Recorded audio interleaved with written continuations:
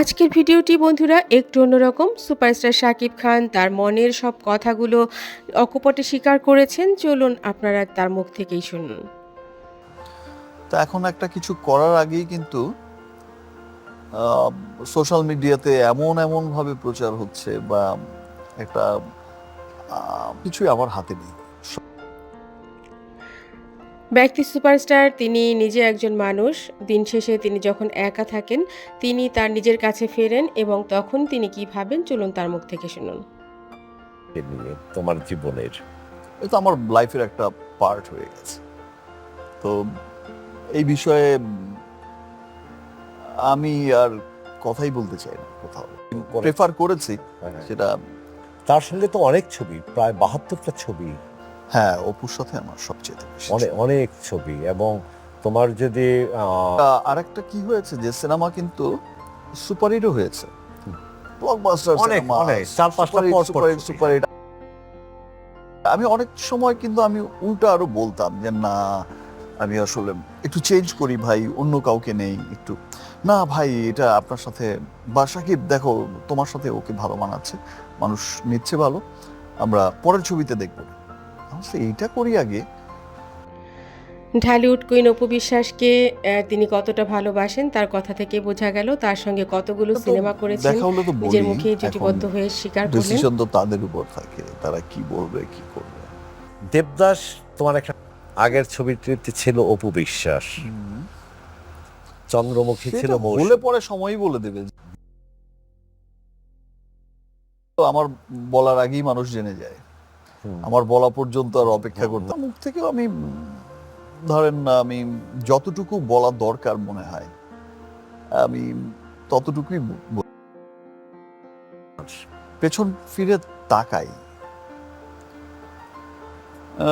অনেক সময় পেছন ফিরে তাকিয়ে আফসোস লাগে, ওই বললাম যে কপাল, ভাগ্য না হলে হয়তো জীবন আরো অনেক স্মুথ হতে পারতো বা আরো অন্যরকম হতে পারতো। তো আসলে ভুল আমাদের প্রত্যেকটা মানুষেরই হয়। যখন বসি তখন পীড়া তো অবশ্যই দেয়, কিন্তু কি করব, যেটা হয়ে গেছে তো সেটা নিয়ে আর ভাবি যে সেটা অনেক কিছু তো চাইলেও চেঞ্জ করা সম্ভব না, মানুষ হাতে নেই। যখন আমরা বুঝে যাই যে এটা আমার ভুল, নিশ্চয়ই মানুষ জেনে শুনে তখন আর ভুলে জড়াতে চায় না। কিছুই আছে যে হয়তো ওই ঘটনাটার সাথে আমি জড়িতও না, আমি জানিও না, বাট আমি দেখছি যে সোশ্যাল মিডিয়ায় চলছে। বন্ধুরা, একবারও কিন্তু তিনি বুবলির কথা উচ্চারণ করেননি, তার সন্তানের কথা, তার মেয়ের কথা। বরঞ্চ তিনি বলেছেন এমন কিছু ঘটনা ঘটে যার সঙ্গে তিনি কোনোভাবেই জড়িত নন, কিন্তু তিনি জানেনও না। তারপরেও সেগুলো মিডিয়াতে কিভাবে যেন প্রচার হয়ে যায় এবং সেগুলো একদমই বানোয়াট। সুপারস্টার শাকিব খান নিজেকে কতটা পরিশ্রম করে একটা জায়গায় দাঁড় করিয়েছেন সেটা আমরা সকলেই জানি। এই মানুষটিকে আমরা সকলেই ভালোবাসি, না হলে এতগুলো সাকিবিয়ান সারা পৃথিবীতে ছড়িয়ে ছিটিয়ে থাকতো না।